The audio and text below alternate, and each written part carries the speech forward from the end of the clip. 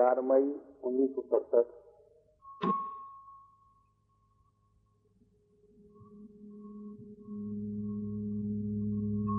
दिनांक 4 मई 1967। स्थान गीता भवन, पूज्य बाबूजी का प्रवचन। समय सायंकाल 8:30 बजे। कर विश्व के रूप में अभिव्यक्त भगवान के नाते आप सबके श्री चरण कमलों में मेरे सभक्ति नमस्कार।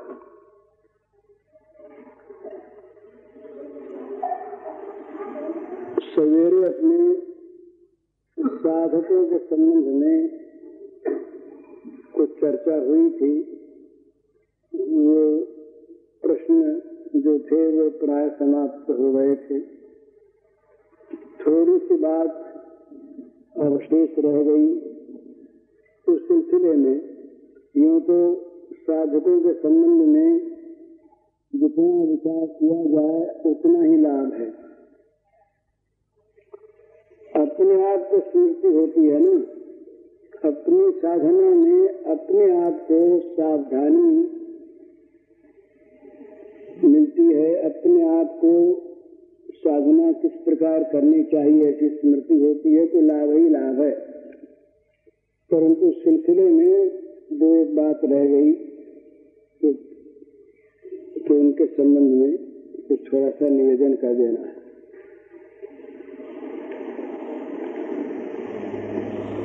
साधना में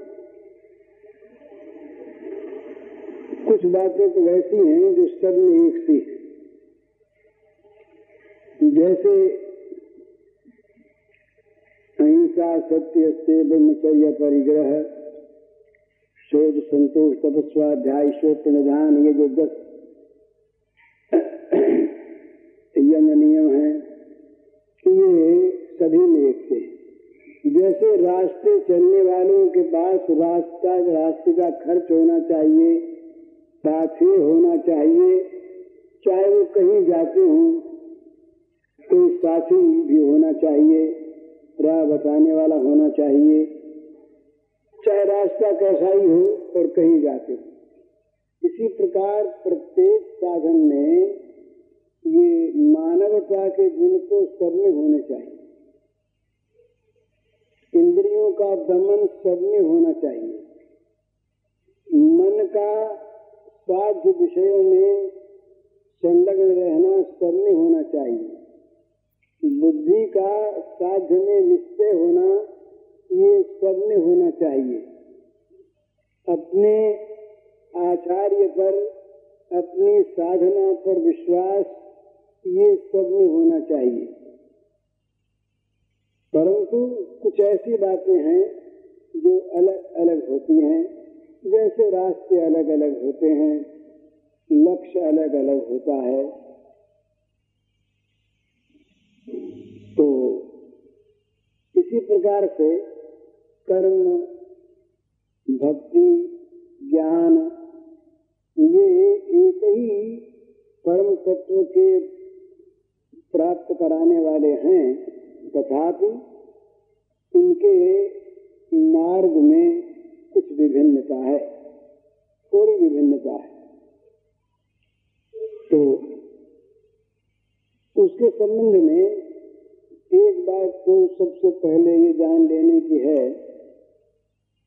कि जिस मार्ग को ग्रहण करता है साधक, उस मार्ग को बार बार बदले नहीं। यदि वो सच्चा है, यदि उसकी वास्तविक स्थिति लक्ष्य में परिनिष्ठित है, तो भगवान उसकी सहायता करते हैं। रास्ते में कहीं भूल भी होती है तो भगवान मार्ग बता देते हैं, किसी को भेज देते हैं, किसी के द्वारा उसके मार्ग के विघ्नों को हर लेते हैं। तो मार्ग बदलने की बार बार आवश्यकता नहीं है और न बार बार इष्ट बदलने की आवश्यकता है।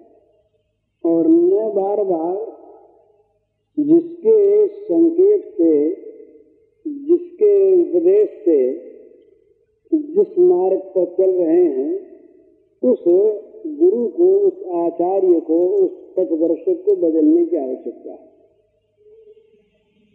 मार्ग न बदले, इष्ट न बदले और गुरु न बदले, ये तीन चीज बहुत आवश्यक है। नहीं तो उसका बदलने में ही जीवन चला जाता है। और अगर वो बार बार बदलता है तो पहले में कुछ न्यूनता देखता है, दूसरे में कुछ श्रेष्ठता देखता है, तब बदलता है। तो जहाँ न्यूनता देखता है वहाँ अपने अब तक किए हुए साधन में उसको ऐसा प्रतीत होता है कि ये तो हमने व्यर्थ खो दिया दिन, तो उसकी साधना व्यर्थ हो जाती है। इसलिए बार बार साधन बदलने की आवश्यकता नहीं, इष्ट बदलने की आवश्यकता नहीं, गुरु बदलने की आवश्यकता नहीं। दूसरे के इष्ट में द्वेष नहीं करना, दूसरे के मार्ग को बुरा नहीं बतलाना, दूसरे के गुरु की निंदा नहीं करना, ये तो सबके लिए आवश्यक है।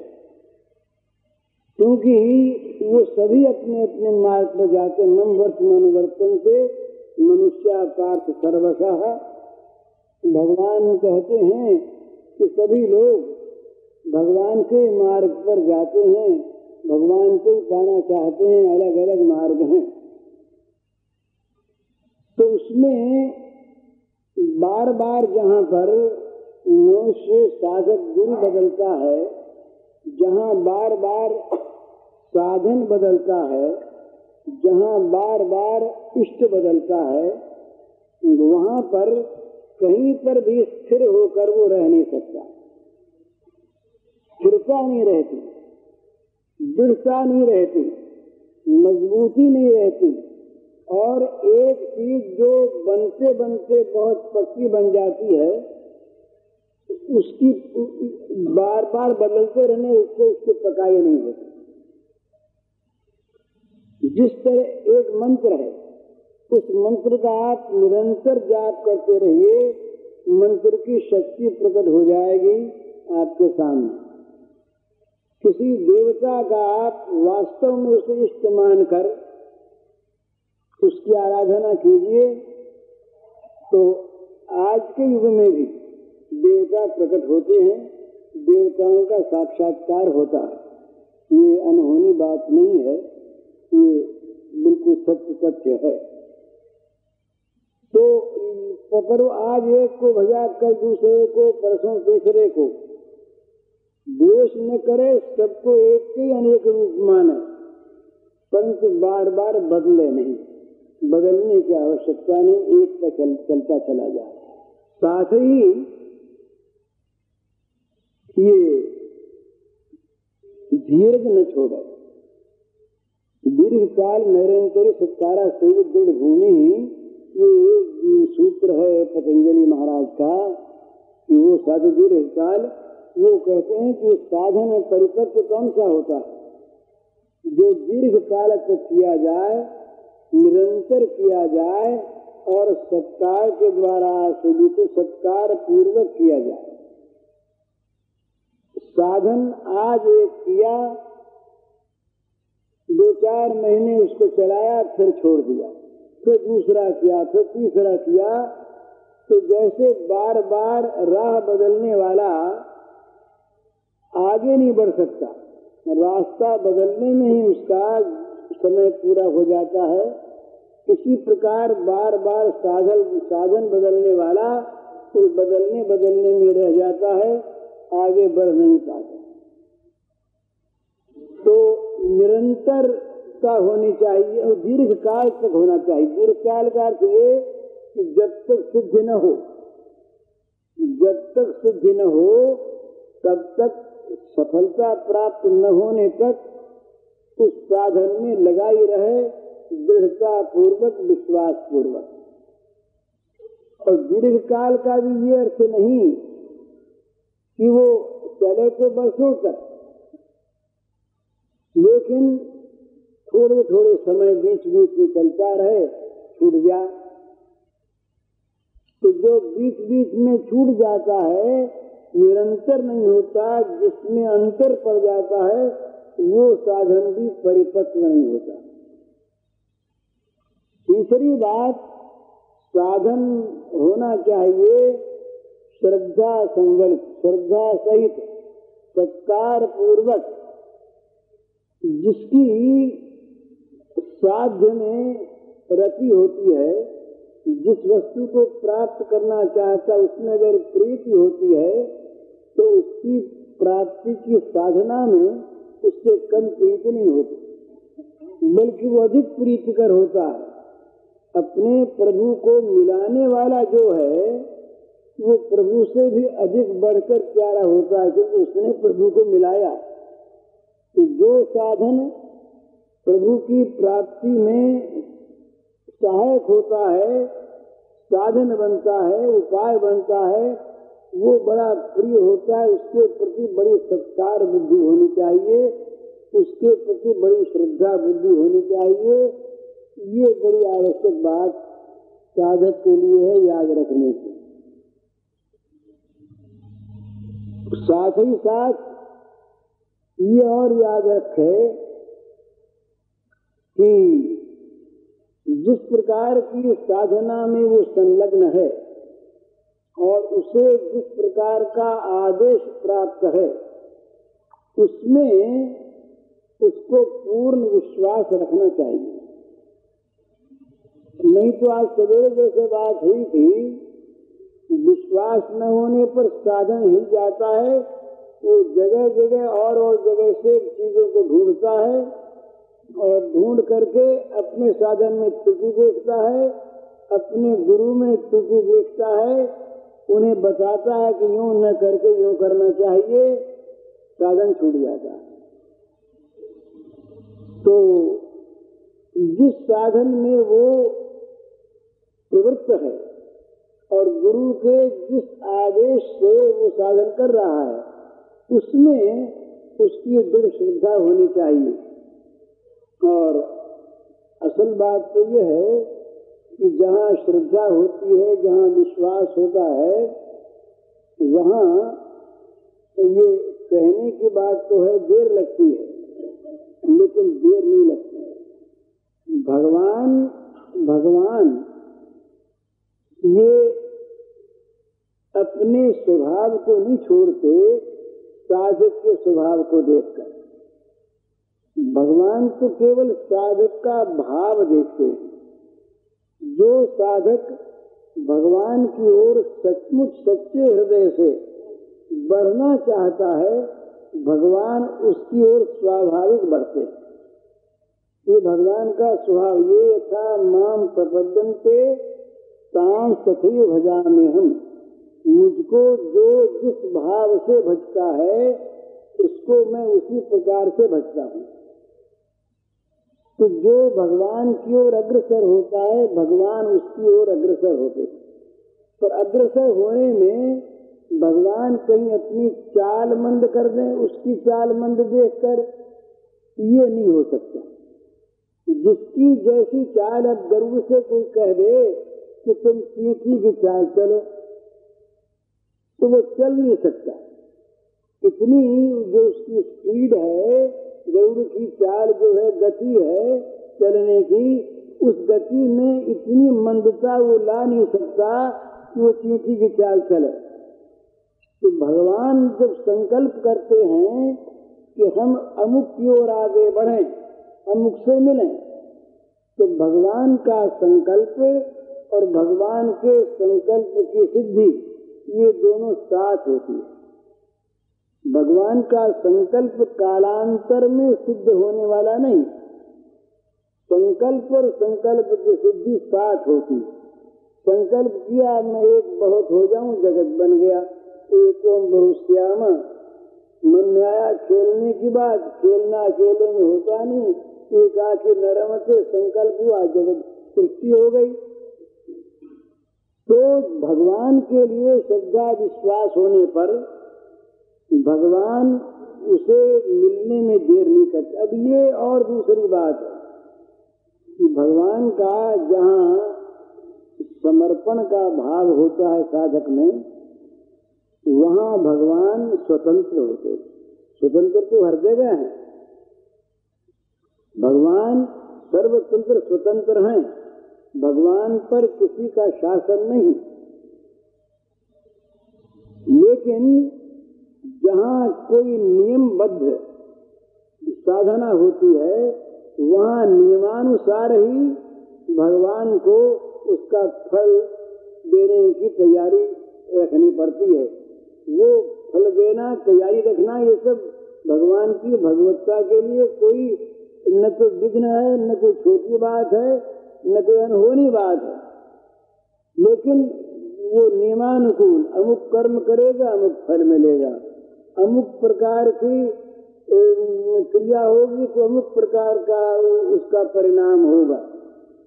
ये नियमबद्धता रहती है अन्य साधनों में, तो वहाँ उस नियमों के अनुसार ही भगवान फल देते। जो दूसरे देवताओं को भजते हैं भगवान के स्थान पर, भगवान कहते हैं कि उनको भी मैं देता हूँ फल।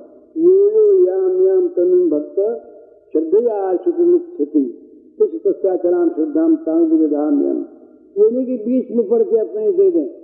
वहाँ भगवान उस कर्म की प्रधानता रखकर, नियम की प्रधानता रखकर अपना कार्य करते। लेकिन जहाँ भगवान की शरणागति है, जहाँ किसी ने भगवान को सौंप दिया अपने आप को, या जहाँ पर इस शरणागति से जो ऊंची चीज है भगवान में प्रेम, भगवान को सर्वथा सर्वदा सब प्रकार से आत्मसमर्पण, आत्मार्पण, आत्मनिवेदन, वहाँ पर भगवान स्वतंत्र होते हैं। ये प्रेम के साधकों के लिए विशेष समझने की चीज है। प्रेमी अस्वतंत्र होता है, प्रेमास्पद स्वतंत्र होता है। प्रेमी अपने आप को भगवान के चरणों में डाल करके अपनी किसी स्वतंत्र इच्छा को रखता ही नहीं। उसकी स्वतंत्र इच्छा, अपनी इच्छा, अपना कर्म, अपने को कुछ प्राप्त करना है, अपने को अमुक सिद्धि प्राप्त करनी है, अपने को अमुक लोक में जाना है, अपने को अमुक तत्व की उपलब्धि करना है, ये सब चीज उस प्रेम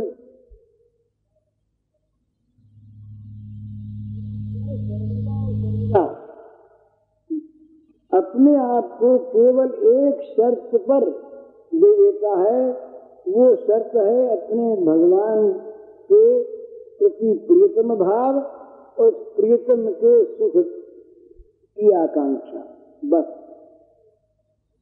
वहाँ स्वसुख वासना लेश का अभाव रहता है। जहाँ पर भी अपने प्राप्त करने की कोई भी कामना है, वहाँ पर वो चाहे प्राप्त करने वाली वस्तु तत्व ज्ञान ही हो, मोक्ष ही हो, ऊंची से ऊंची वस्तु हो, परंतु प्रेम के साम्राज्य में, प्रेम के क्षेत्र में उसको भी कलंक मानते हैं।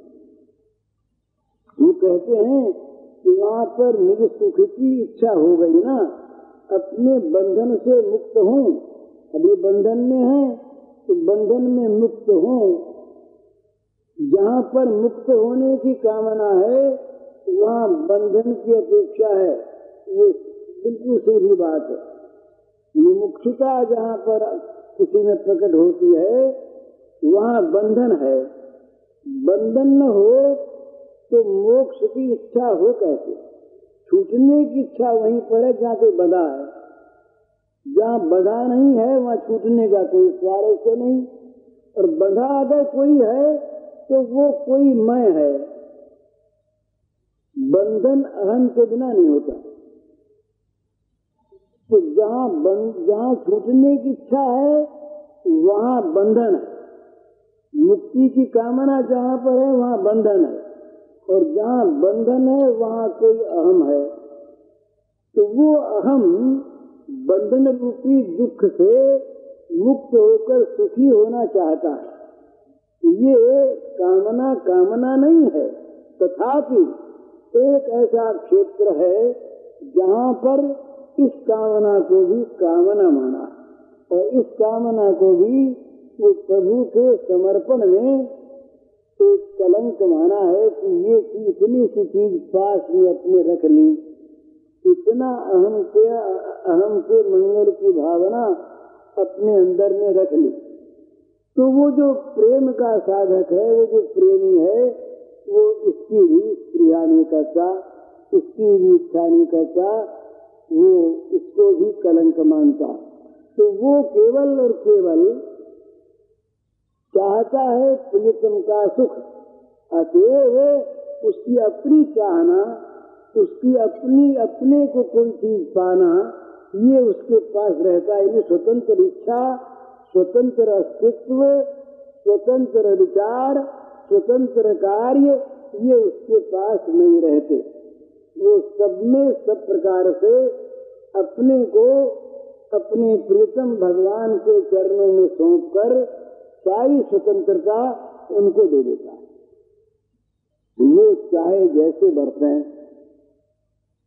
यद्यपि ये बड़ी सुंदर भगवान की प्रेम की एक निष्ठाशील है भगवान का कि वे स्वयं प्रेमी को प्रेमास्पद मानने लगते।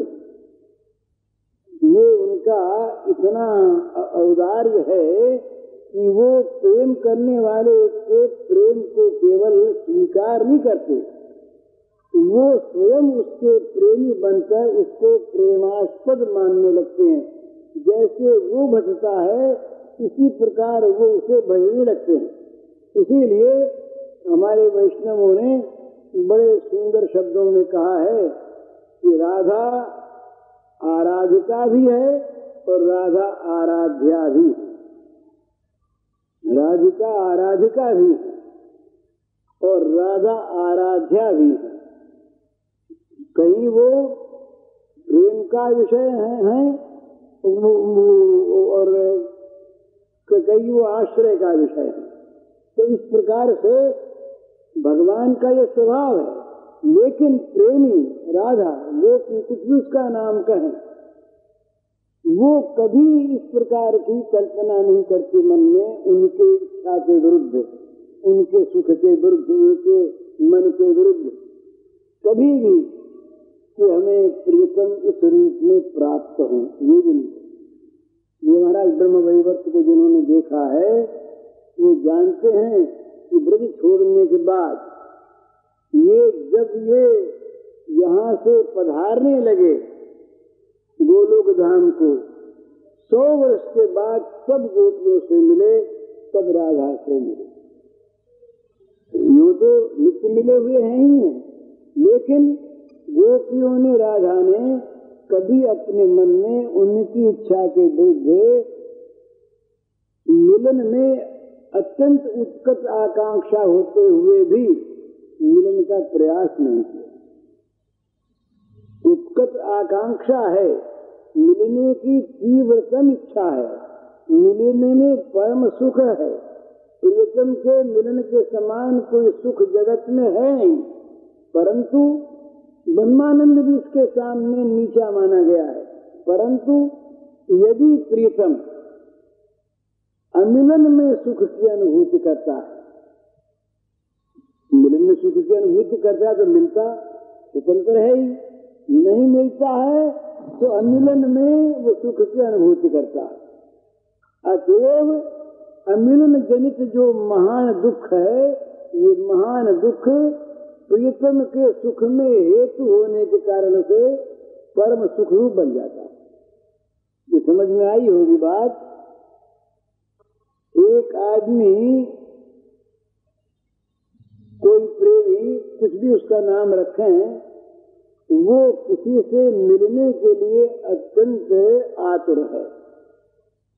वो उसका वियोग सह नहीं सकता, उसके वियोग में वो रात दिन जलता है, बड़ी भारी पीड़ा है, और वो पीड़ा मिलन से ही मिट सकती है और कोई उपाय से नहीं।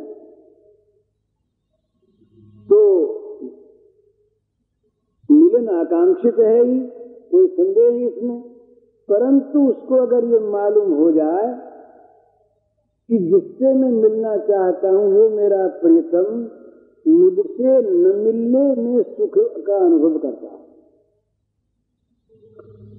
तो जहां प्रियतम का सुख ही अपना अभिप्रेत है, अपना जीवन का लक्ष्य है, वही अपना स्वभाव है, वही स्वरूप है, वहां पर अपने न मिलने में जो आग जल रही है, वो आग, जलती हुई आग भी प्रियतम के सुख की स्मृति से शीतलता का अनुभव कराती है। ये महान आश्चर्य है प्रेम के राज्य में। महान आश्चर्य की बात है कि अत्यंत सुदीप्त अग्नि, वो निरंतर जलने वाला दावा नल, जो जला जला करके हृदय को खाक कर देता है, इस प्रकार का जो वियोगानल, वो वियोगानल निरंतर सुखदायी होता है। तो इसलिए किसी महात्मा ने किसी महात्मा से पूछा कि भाई संयोग और वियोग, इन दो में से किसी से कहा जाए कि तुम कौन सा चाहते हो, तुम्हें कौन सा अधिक प्रिय है, तो वो कहेगा वियोग अधिक प्रिय, मिलन अधिक प्रिय नहीं। क्यों अधिक प्रिय नहीं? इसमें कई भाव हैं। प्रियतम वियोग में अगर सुखी हैं मिलन की अपेक्षा, तो हमें वियोग चाहिए, मिलन कभी चाहिए नहीं। अगर प्रियतम कभी मिलन में सुखी न होते हो तो नित्य वियोग रहे, नित्य वियोग रहे। कभी भी ये महाभाव में जो ये आगे चल करके मादन और मोहन भाव होता है, उनकी ये चीजें बड़ी विचित्र चीजें हैं। ये वो प्रियतम का सुख कितना अभिप्रेत है, एक इस पर कई परीक्षाएं हैं। वो परीक्षाएं नहीं हैं, वो सत्य भावना है, सत्य तथ्य है। राधा ने मन में भावना की, मन में भावना की प्रियतम गए, प्रियतम गए। अब वो भाव से भावान्वित हैं, प्रियतम गए। अब प्रियतम गए तो क्या हो गया कि मैं जल रही हूं, मैं जल रही हूं। वो इस बात को भूल जाती है कि प्रियतम के समीप पहुंचने से जलन मिट जाएगी। वो अपने को अग्निमयी जलनमयी अनुभव करती है, और अनुभव करती हुई ये सोचती है कि मैं प्रियतम तो गए, उनके पीछे पीछे जाऊं, उनसे मिलूं। तो फिर सोचती है कि कैसे मिलूं। अगर मैं उनके समीप पहुंची और कहीं मेरे अंदर की अग्नि, ये ताप कहीं पहुंच गया उनके पास हवा से, तो उनका जो बड़ा सुंदर कोमल गात्र है वो कोई जल न जाए मेरे उस ताप से। तो मुझे क्या करना चाहिए? उनसे उल्टी दिशा में जाना चाहिए, दूर भाग करके, जिससे मेरे तन का उत्ताप मेरे प्राण प्रिय को न लगे। अब बताइए ये कोई बात है? तो इसमें सुख की अनुभूति है। सुख के तो वियोग में एक तो यह है कि वियोग में, भगवान के वियोग में, प्रियतम के वियोग में स्वच्छंद लीला चलती है। मिलन में, प्रत्यक्ष मिलन में स्थान अपेक्षित है, समय अपेक्षित है, उस प्रकार का वातावरण अपेक्षित है। तो योग में चाहे जब, चाहे जहाँ, चाहे जैसे, चाहे जितने काल तक मिलन हो सकता है आत्मा से आत्मा का, आभ्यंतर के मिलन। ये वियोग में ये विप्रलंब जिसको कहते हैं विप्रलंब रति, उस विप्रलंब रति में वियोग में बाहर अमिलन है और अंदर नित्य मिलन है, और संयोग में बाहर मिलन है और अंदर मिलन का अभाव है। तो अंदर मिलन जो है वो अधिक अपेक्षित है, अधिक आकांक्षित है बाहर मिलन की अपेक्षा।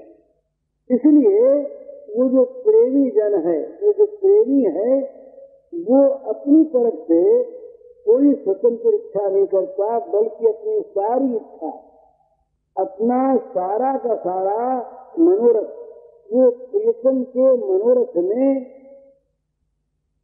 केंद्रित कर देता है, मिला देता है, बस प्रियतम का सुख ही मिला सकता।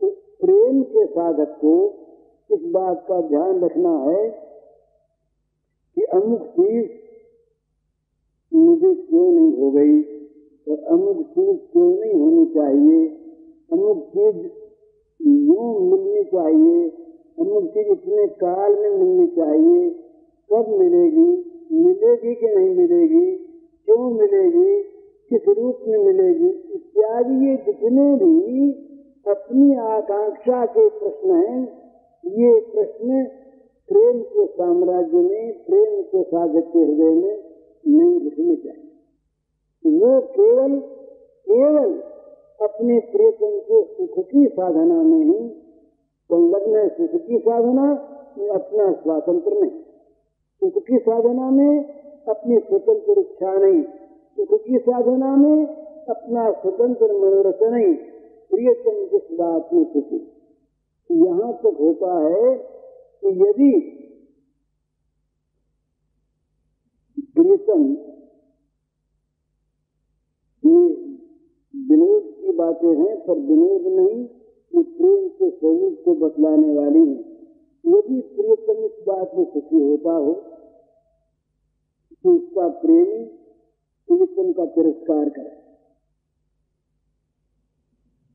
तो प्रियतम का तिरस्कार करना बहुत बड़ा अपराध, बहुत बड़ी दुख की बात। जो आराध्य है, जो अपना इष्ट है, जो भगवान है, जिसके सर्वस्व समर्पित हो चुका है, उसका तिरस्कार हम करें, ये बड़ी खराब बात, बड़ी उसका अपमान करें किसी प्रकार से, ये कभी हो नहीं सकता। परंतु यदि प्रियतम चाहता है कि प्रेमी मेरा तिरस्कार करे, प्रेमी के द्वारा मुझे अपमान प्राप्त हो, प्रेमी के द्वारा मुझे रूक्षता प्राप्त हो, तो ये करने में प्रेमी को इनकार नहीं है। इनकार नहीं सुना ही नहीं, प्रसन्नता है। वो गोपियों ने अपने चरण की धूल भेज दी भगवान के पास, रुक्मिणी ने नहीं दी, रुक्मिणी ने सत्यभामा ने नहीं दी, नरक की प्राप्ति होगी। ये भगवान का अपमान, चरण धूल लेनी चाहिए, देनी चाहिए। परंतु गोपांगनाओं को जब पता लगा कि चरण धूल से हमारे चरण की धूली वो अगर शासन कर लेंगे तो उनको कदम मिल जाएगा, तो भले मिले नरक, भले तो बड़ा सुख उसमें है। प्रियतम को चरण की धूल देने में कोई आपत्ति नहीं, बड़ा चरण की धूल उनको दी जाए, जो सर्वेश्वर है, सब लोग मैथुन अपने परम इष्टदेव हैं, आराध्य हैं, तो परम पूजक है उनको, और कोई आपत्ति नहीं। दूसरी एक बात प्रेम में और विलक्षण है, प्रेमी को जो सुख होता है वो सुख भी बड़ी विलक्षण चीज। प्रेमी खा रहा है, प्रेमी बड़ी सुंदर स्वादिष्ट वस्तु खा रहा है, और उसे पता लग गया, इस वस्तु को तुम खा रहे हो, इसके खाने से प्रियतम को अनुकूलता मीठी की खाई लगने लगी। ये समझ में बात नहीं आती, पर ये बिल्कुल मनोवैज्ञानिक सत्य है कि जो चीज अपने प्रियतम को जो आत्यंतिक प्रिय है, उसको जो वस्तु प्रिय नहीं, जो वस्तु उसके लिए मधुर नहीं, वो वस्तु प्रेमी के लिए कड़वी हो जाए। उसको वो देखना नहीं चाहता, उसको खाना नहीं चाहता, उसके खाने में उसको व्याकुलता होती कि मैं क्या खा रहा है। तो प्रेमी स्वाद लेता है प्रेमास्पद के लिए, प्रेमी सुखी होता है प्रेमास्पद के लिए, प्रेमी सुख का वर्ण करता है प्रेमास्पद को सुख देकर उसका दुख सुख हो जाता है। प्रेमी नरक में जाने में नहीं हिचकता, यदि प्रेमास्पद को सुख हो, पर नरक उसके लिए कर्म सुखदायी हो जाएगा। वो नरक का भोग प्रेमी इस रूप में नहीं करेगा कि क्या करें, प्रेमास्पद का भी प्रेत है और उनको राजी करना है, उनकी प्रसन्नता के लिए नरक ही भोगो, ये नहीं। तो स्वाभाविक उसके सुख के लिए नरक में चला जाता है, पर वो नरक क्योंकि प्रेमास्पद के लिए सुख की वस्तु है, इसके लिए सुख गुरु बन जाता है। ये प्रेमी की पहचान है, अपने आप ऊपर सकता है कि अपने मन से विरुद्ध बात यदि प्रेमास्पद को सुख देने वाली है तो उसको सुख देने वाली बन जाएगी। तो सह लेता सो नहीं, वो कर्तव्य समझ कर उसे स्वीकार कर लेता सो नहीं, कह लेना तो और नीति बातों भी है तो दुख, पर क्या करें, भगवान किसी दुख में रखना चाहते हैं तो कोई उपाय नहीं है, सहना पड़ेगा। ये बहुत नीति बात। इससे ऊंची बात ये कि भाई अपने उपाय नहीं करना है, जब वो इस चीज को देना चाहते हैं तो दुख है और ये दुख ठीक है, ये भी नीची बात। ऊंची बात कौन सी है कि सुख में उनको सुख है, अतएव वो सुख नहीं रहेगा, सुख होगा। अपनी ये मान्यता ही तो है ना, वो सुख जो है जहाँ अनुकूलता की प्रतीति हुई संसार में, हम देखते हैं कि वही गाली दे कोई किसी को तो लड़ने लगे। अब तो ये प्रीति मिटी है, लेकिन पहले थी विवाह में ये स्त्रियां अपने सगे संबंधियों को बड़ी बुरी बुरी गालियां देती, पर उन गालियों को सुन करके कोई गुस्सा होता क्या? बड़े सीखना जाते, बड़ा सुंदर, बोला क्या बात है, गाली है, क्यों गाली है? वो वही शब्द अगर कोई शत्रु कह दे वहीं पर तो लड़ने को तैयार हो जाए। क्या बात है उसमें? अनुकूल बुद्धि है। अनुकूल बुद्धि होने पर गाली भी प्रिय मालूम होती है, अनुकूल बुद्धि होने पर शत्रु में भी मित्रता का भाव आ जाता है। आज मित्र है, आप देखिए ना पार्टियों में यहाँ पर आज लड़ते हैं, कल मेल हो गया थोड़ा में लड़ने लगे, अनुकूलता हुई कि सुख आया, ये नियम है। तो जहाँ प्रियतम के सुख में अपनी अनुकूलता है, वहाँ अपना दुख वो केवल सहन नहीं करता, विचार नहीं करता, सुख रूप में अनुभव करता। ये समझ लेना है प्रेमी का और प्रेमास्पद का ये संबंध। प्रेमास्पद यदि प्रेमी को किसी संकट में, दुख में, विपत्ति में, नरक में सुखी है तो वो प्रेमी से सहने को तैयार है, इतना ही नहीं, प्रेमी स्वीकार करे इतना ही नहीं, वो दुख उसके लिए सुख रूप में परिणत हो जाता है, क्योंकि प्रेमास्पद का सुख है। इसीलिए ये जो प्रेमी लोग होते हैं, जितने प्रेमी हुए हैं होते हैं, ये अपने को विस्मृत रखते हैं, ये अपने को भूल जाते हैं, अपने कार्यों को भूल जाते हैं, अपना सारा का सारा ये अपने प्रियतम के द्वारा आवृत कर लेते हैं, ढक लेते हैं। अंदर प्रियतम, बाहर प्रियतम, प्रियतम का सुख ही अपना स्वभाव, अपना स्वरूप। तो ये तो बात बाकी रह गई थी। उन्होंने फिर आज दोपहर को लिख करके भेजा कि प्रेम के साधक की थोड़ी सी बात कहनी चाहिए। तो प्रेम के साधक की बात तो बहुत बड़ी बड़ी है और भी बहुत सी है, पर ये खास बात यह है, पहले जो हुई थी सुख सुखित्वम, ये प्रेम का एक सूत्र है। प्रेमास्पद के सुख में सुखी होना अन्य सारी बातों को, भोग को, मोक्ष को, त्याग को, वैराग्य को, भोग त्याग को, भोग वैराग्य को, इन सबको वो भूल जाता है, कोई मतलब नहीं है। तो ये प्रेम जहाँ होता है, और वो होता है केवल मात्र एक भगवान में, और कहीं हो नहीं सकता। ये जो परम प्रेम है, विशुद्ध प्रेम है, ये सिवा भगवान के और कहीं होता नहीं। ऐसा जो प्रेमी है नित्य बंधन मुक्त रहता है, और इसके बंधन में भगवान बंधे रहते हैं।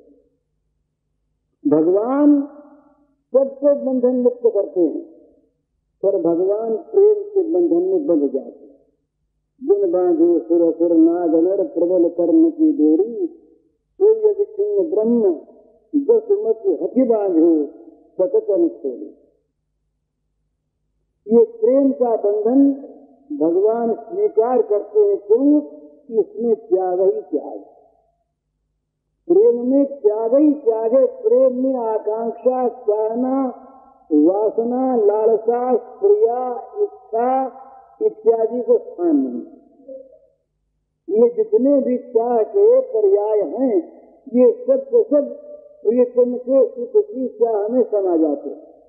बस वहाँ पर केवल देना देना, दे चुका सब, पास अपने कुछ है नहीं, लेने वाला कोई रहा नहीं, लेने वाला अपने आप को दे चुका, लेने वाला अपने आप को खो चुका। ये प्रेम का स्वरूप है। इस प्रकार से प्रेम के साधक को सबसे पहले देखने की चीज है वो ये है प्रेम की भित्ति क्या है, प्रेम की नींव क्या है, प्रेम का प्रासाद, प्रेम का महल खड़ा होता है किस नींव पर? ये होता है सुख की वासना के त्याग की नींव है। ये इसकी नींव है। निज को भुला दिए बिना प्रेम नहीं प्राप्त हो सकता। जहाँ अपना ये चाहे देश प्रेम हो, जाति प्रेम हो, धर्म प्रेम हो, जहाँ अपने आप को सामने रखेगा व्यक्ति, वहाँ देश को भूल जाएगा। अभी ये त्रिगुण सेन ने कहा है, आजकल शिक्षा मिनिस्टर, उन्होंने कहा है कि जब से स्वतंत्रता आई तब से हम लोग देश प्रेम को भूल गए, चाहे वो तिरंगित हो कुछ भी हो। जहाँ व्यक्ति अपने को देखने लगता है, मुझे क्या मिलेगा, मेरा क्या सुख है, मुझे क्या लाभ है, वहाँ वो जिसके लिए करता है वो हो जाता है गौण और व्यक्ति हो जाता है मुख्य। वहाँ पर धर्म प्रेमी धर्म को भूल जाता है, भगत प्रेमी भगवान को भूल जाता है, अब साधन प्रेमी साधन को भूल जाता है, देश प्रेमी देश को भूल जाता है, रह जाता अपना और अपने आप की चिंता रहती है, मुझे क्या मिले।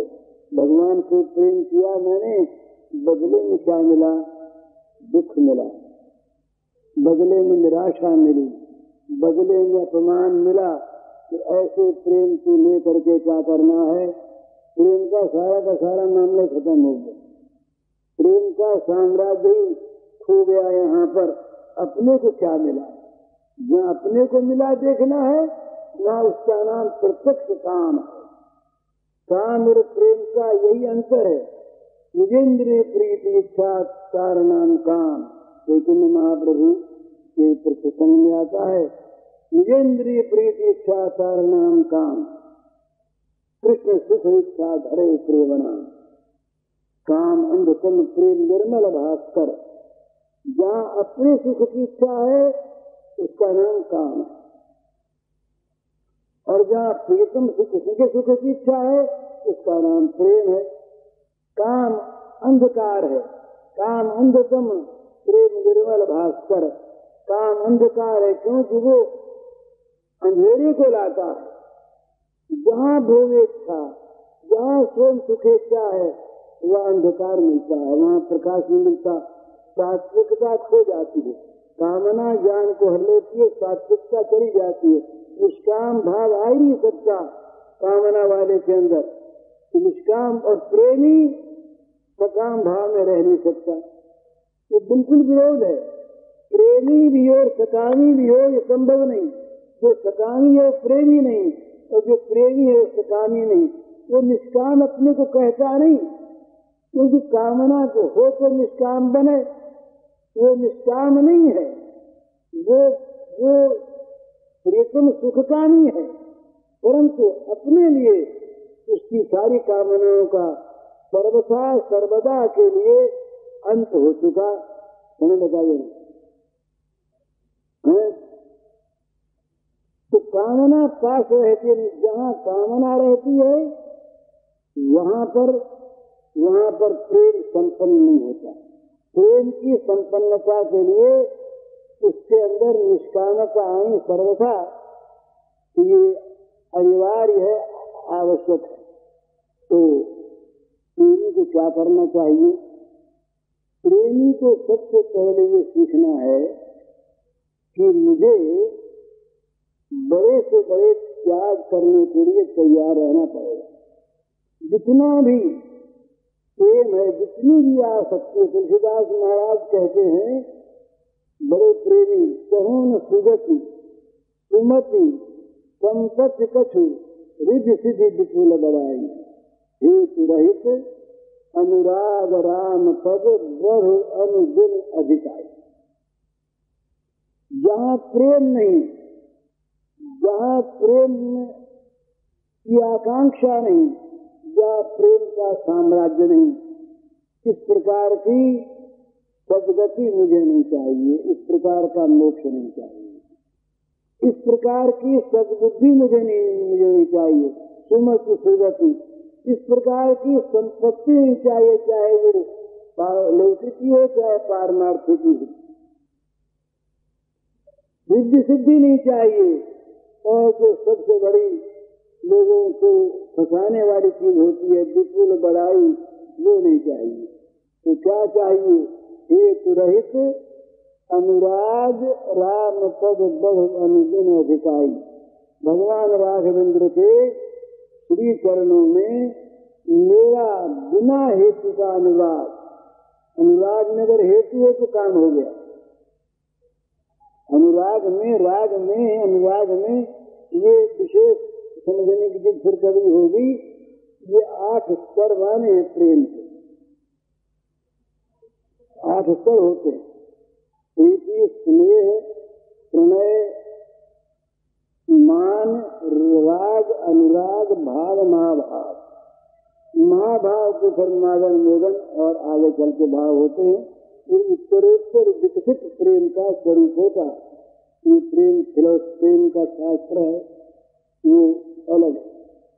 तो इसलिए ये जहाँ पर प्रेम का विकास होता है वहाँ पर प्रेमी साधक को सबसे पहले ये करना पड़ता है कि अपने आप को भूल जाने की, अपने सर्वस्व त्याग की, अपने सर्वस्व में आग लगाकर जो उस सर्वस्व के घटनावशेष पर नृत्य कर सकता है वो प्रेम के राज्य में आने का अधिकारी। अपने सर्वस्व को जलाकर उसकी खाक पर जो नाच सकता है, उस नाचने में से आनंद इतना। इसीलिए प्रेम दूर से देख करके आदमी, गांधी जी पर सुना करते थे बड़ा सुंदर, प्रेम कंठ पावक द्वारा भाली पाछा भागे जोने, गुजराती है। माही पढ़िया के महारस माने देखनारा गाजे जोने। तो वो कहते हैं कि प्रेम का जो पथ है, प्रेम मार्ग, ये मानो अग्नि की लपट है। इसको दूर से देख करके लोग भाग जाते हैं, क्योंकि यहाँ तो सर्वस्व जलाना पड़ेगा। लेकिन ना ही पड़ा कि महारस माने इस प्रेम की अग्नि में जो कूद पड़ते हैं, उनको अंदर जाने के बाद महान रस उस सुधा अत्यंत शीतलता प्राप्त होती है। तो जो दूर से देखते हैं वो जलते रहते हैं। हरिनो मार्ग अच्छे सूरानो नहीं कायर में काम जोने। ये कहा कि ये जो प्रभु का मार्ग है, प्रभु का प्रेम मार्ग, ये सूर्यवीर का काम है, यहाँ कायर का काम नहीं। यहाँ तो जो इस आग में प्रवेश करने को, कूद पड़ने को तैयार रहते हैं और कूद पड़ते हैं, वो देखते नहीं क्या होगा, न लोग देखते, न परलोक देखते, न वो सुख देखते, न सुख देखते, न भोग देखते, न मोक्ष देखते। वो तो वो केवल प्रेम देवता का आवाहन सुनकर वो जलते हुए प्रेमानल में कूद पड़ते हैं। कूदना क्या है? वो जो प्रेम का अनल है, प्रेम की आग है, उनके सारे पूरे करकट को, उनके सारे अन्नाश्रयों को, उसके सारे विक्षेपों को, उसके सारे मलों को जला बुला करके, उसे निर्मल करके भगवान के चरणों में पहुंचा देता है ये प्रेमानल। सोना जितना तपता है उतना ही ये उज्ज्वल होता है। तो प्रेम में बड़े संताप होगा, बड़े संताप होगा। संताप इसलिए होगा कि वो चीज अनुभव की हुई नहीं है ना। एक बार गर्मी लगेगी और वो गर्मी लगेगी अत्यंत शीतलता के लिए, बड़ी ठंडक के लिए वो उत्ताप प्राप्त होगा। पर उत्ताप तो होगा, उस उत्ताप से कोई अगर डर गया तो मर गया, फिर उससे आगे नहीं बढ़ सकता। उस उत्ताप से डरे नहीं, उस उत्ताप को अपनावे।